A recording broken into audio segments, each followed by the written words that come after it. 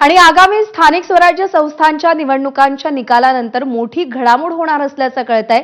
राज्यपाल नियुक्त आमदार आणि महामंडळ वाटपाच्या नियुक्त्या केल्या जाणार आहेत। निवडणुकीतील कामगिरीवरून महायुतीतील नेत्यांची वर्णी लागण्याची शक्यता आहे। महायुतीतील इनकमिंग आणि इच्छुकांची संख्या अधिक असल्यानं कामगिरीच्या जोरावर निर्णय घेण्याचं ठरल्याची माहिती विश्वसनीय सूत्रांनी दिली आहे।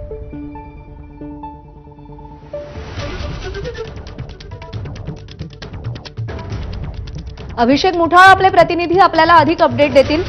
अभिषेक, राज्यपाल नियुक्त जागा आणि महामंडळांवरती वर्णी लागण्यासाठी साधारणतः काय क्रायटेरिया असेल?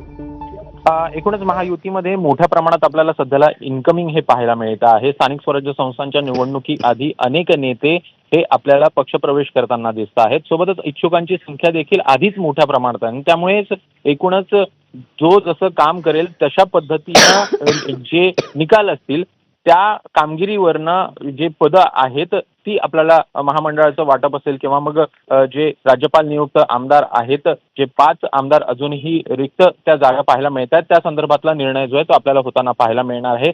एकूणच कामगिरीवरनं कुठेतरी महायुतीतल्या नेत्यांची वर्णी जी आहे ती आपल्याला या महामंडळ आणि राज्यपाल नियुक्त आमदारांसंदर्भात लागताना पाहायला मिळणार आहे। त्यामुळे एकूणच कुठेतरी परफॉर्मन्स बेस्ड कामगिरी करण्यासंदर्भातला निर्णय जो आहे तो आपल्याला सध्याला महायुतीमध्ये होताना पाहायला मिळतो आणि स्थानिक स्वराज्य संस्थांच्या निवडणुकीमध्ये कशा प्रकारे यश मिळतंय किंवा अपयश येतंय का हे बघणं महत्त्वाचं असेल।